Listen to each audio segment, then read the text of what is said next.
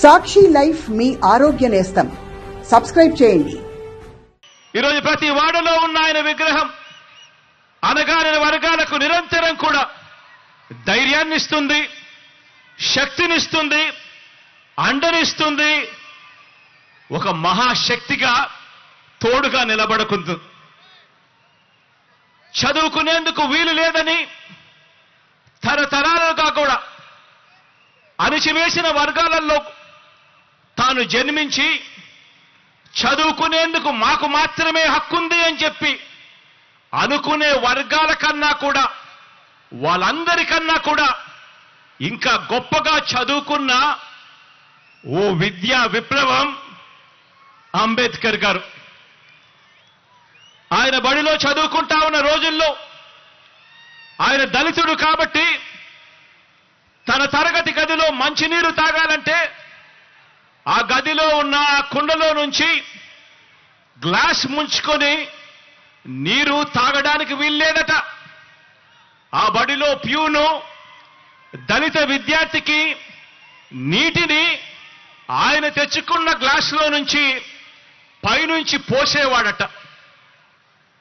ఒకసారి అంబేద్కర్ గారు ఆయన చెప్పిన మాటలు ఒకసారి వింటే, బడికి ఏ రోజైనా కూడా ప్యూన్ రాకపోతే ఆ రోజు నాకు తాగడానికి మంచినీళ్లు కూడా లేనట్టే అని చెప్పి అనే మాటలు ఒక్కొక్కసారి బాధ కలిగిస్తాయి. ఒక్కొక్కసారి జరుగుతా ఉన్న ఆ నిజాలను చూసినప్పుడు ఇంకా మనము ఎక్కడ ఉన్నాము అని చెప్పి అనిపించే మాటలు ఇవి. అలాంటి అంటరానితనాన్ని తాను స్వయంగా అనుభవించి దాని మీద ఒక తిరుగుబాటును, ఓ విప్లవాన్ని, ఓ స్వాతంత్ర పోరాటాన్ని, వీటి అన్నిటినీ కూడా ఉమ్మడిగా చూస్తే, ఉమ్మడి చేస్తే ఆ పోరాటానికి రూపమే అంబేద్కర్ గారు.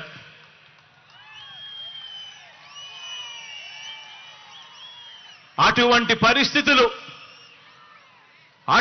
పరిస్థితులు స్వతంత్రం వచ్చిన తర్వాత కూడా 77 సంవత్సరాల తర్వాత కూడా వేరు వేరు రూపాల్లో ఇవాళటికి ఉన్నాయి. అంటరానితనం రూపం మార్చుకుంది అంతే. ఆలోచన చేయమని అడుగుతా ఉన్నా.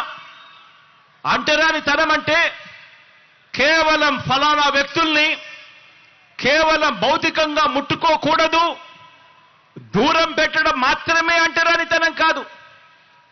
అంటరానితనం అంటే పేదలు ఏ బడిలో చదువుకుంటున్నారో ఆ గవర్నమెంట్ బడిని పాడు పెట్టడం కూడా రూపం మార్చుకున్న అంటరానితనమే అని చెప్పి నేను ఈ సందర్భంగా తెలియజేస్తా ఉన్నాను.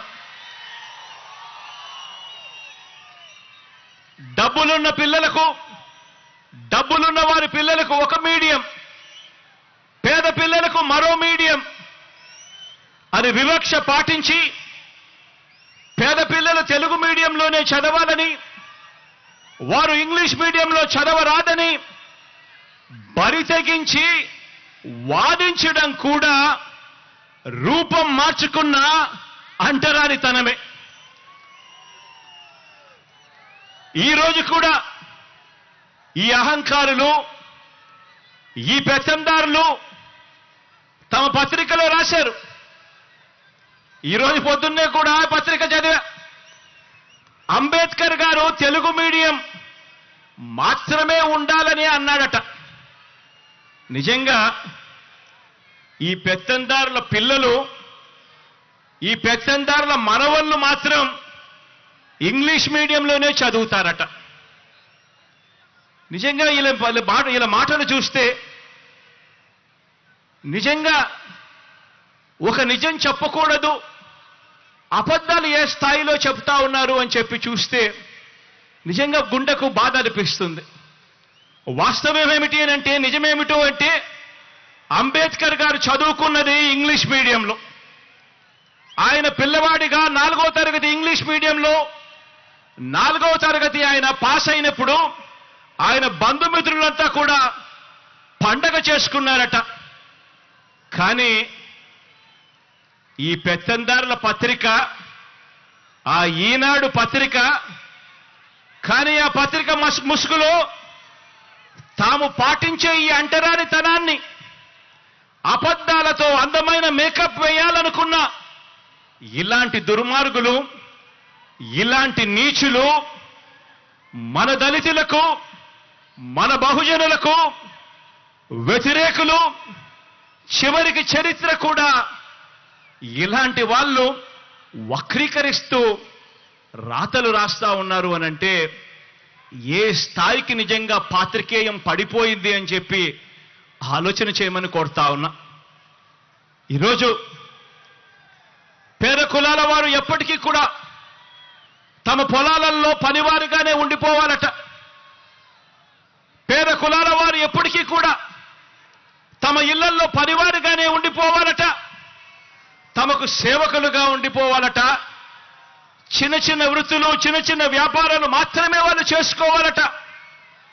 తమ అవసరాలు తీర్చే వారిగా మాత్రమే వాళ్ళు మిగిలిపోవాలట. ఇలాంటి ఆలోచనలు కూడా రూపం మార్చుకున్న అంటరానితనమే. పేదలు ఏ హాస్పిటల్లోకి వైద్యం చేయించుకుంటున్నారో ఆ గవర్నమెంట్ హాస్పిటళ్లలో ఎక్కడైతే పేదలకు ఉచితంగా వైద్యం అందుతా ఉందో అటువంటి హాస్పిటల్ కూడా నీరుగార్చడం, పేదలు ఏ బస్సుల్లో అయితే ఎక్కుతున్నారో ఆ ఆర్టీసీని కూడా ప్రైవేట్కు అమ్మేయాలని అనుకోవడం, ఇవన్నీ కూడా రూపం మార్చుకున్న అంటరానితనమే. ఏ పౌర సేవ కావాలన్నా కూడా, ఏ పథకం పేదవాడికి కావాలన్నా కూడా ఆ పేదలు లంచాలిచ్చుకుంటూ, వివక్షకు లోనవుతూ, కార్యాలయాల చుట్టూ తిరుగుతూ, జన్మభూమి కమిటీల చుట్టూ తిరిగేలా వారి సహనాన్ని పరీక్షించడం కూడా రూపం మార్చుకున్న అంటరానితనమే. అవ్వ తాతలకు పెన్షన్ కావాలన్నా, రైతన్నలకు ఎరువులు కావాలన్నా పొద్దున్నే లేచి పొడువాటి లైన్లలో ఆ క్యూలల్లో నిలబడి చివరికి ఆ క్యూలలోనే మనుషులు చనిపోతున్నా కూడా పాలకుల గుండె కరక్కపోవడం కూడా, ఇవన్నీ కూడా రూపం మార్చుకున్న అంటరానితనమే. ఈ అంటరానితనంలో, పేదల మీద పెత్తందారి భావజాలంలో ఇవన్నీ కూడా భాగాలే. ఎస్సీల అసైన్డ్ భూముల్ని కూడా కాజేసి తాము గజాల లెక్కన అమ్ముకోవాలనుకున్న రియల్ ఎస్టేట్ రాజధానిలో పేద సామాజిక వర్గాలకు చోటు లేకుండా తాము మాత్రమే ఒక కోట కట్టుకోవాలన్న కుతంత్రాలు చేయడం కూడా రూపం మార్చుకున్న అంటరానితనమే.